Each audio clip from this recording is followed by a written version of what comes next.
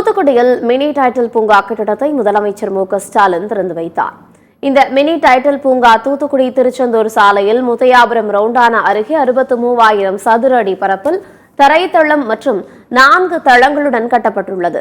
வாகனம் நிறுத்துமிடம், பல்வகை உணவு கூடம், உடற்பயிற்சி கூடம், கலையரங்கம் ஆகியவற்றுடன் சுமார் 32 கோடியே 50 லட்சம் ரூபாய் மதிப்பீட்டில் இந்த பூங்கா கட்டப்பட்டுள்ளது. இந்நிலையில் மினி டைட்டில் பூங்கா கட்டடத்தை முதலமைச்சர் மு.க.ஸ்டாலின் நேற்று திறந்து வைத்தார். நிகழ்ச்சியில் பேசிய தமிழக தொழில்துறை அமைச்சர் டி.ஆர்.பி. ராஜா, தமிழகத்தில் ஐடி படித்த மாணவர்களுக்கு வேலை கிடைக்கும் நோக்கத்தில் தொழில் புரட்சி ஏற்படுத்தும் வகையில் NEO டைட்டில் பார்க்குகள் அமைக்கப்பட்டு வருவதாக கூறினார். படித்த மாணவர்களுக்கு வீடுகளுக்கு அருகிலேயே வேலை கிடைக்கும் வகையில் NEO டைட்டில் பார்க்குகள் அமைக்கப்பட்டு வருகிறது என்றும், விழுப்புரம், தஞ்சை, சேலத்தை அடுத்து தற்போது தூத்துக்குடியில் 4வதாக தொடங்கப்பட்டுள்ளதாக தெரிவித்தார். மேலும் தென் தமிழகத்தின் முதல் டைட்டில் பூங்காவாக தூத்துக்குடியில் இது திறக்கப்பட்டுள்ளது என்று கூறிய அவர், தூத்துக்குடியில் மேலும் ஒரு டைட்டில் பார்க் அமைக்க வாய்ப்பு பிரகாசமாக உள்ளதாகவும் தெரிவித்தார்.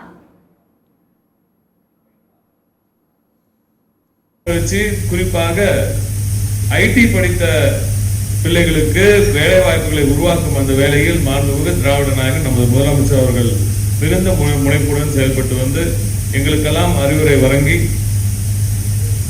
இந்த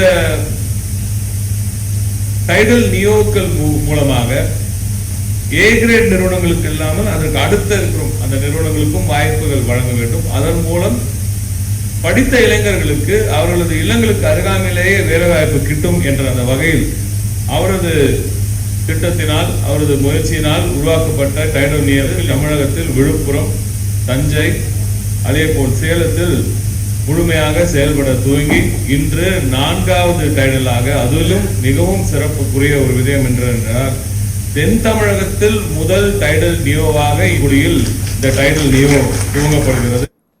மினி டைட்டில் பூங்கா திறப்பு நிகழ்ச்சிக்கு பிறகு முதலமைச்சர் மு.க.ஸ்டாலின் இரவு தங்கும் விடுதிக்கு செல்லும் முன்பு சாலையோர கடையில் தேநீர் அருந்தினார். அவருடன் தூத்துக்குடி நாடாளுமன்ற உறுப்பினர் கனிமொழி, அமைச்சர் கீதா ஜீவன், தூத்துக்குடி மாநகராட்சி மேயர் ஜெகன் பெரியசாமி மற்றும் கட்சி நிர்வாகிகள் உள்ளிட்ட பலர் உடனிருந்தனர்.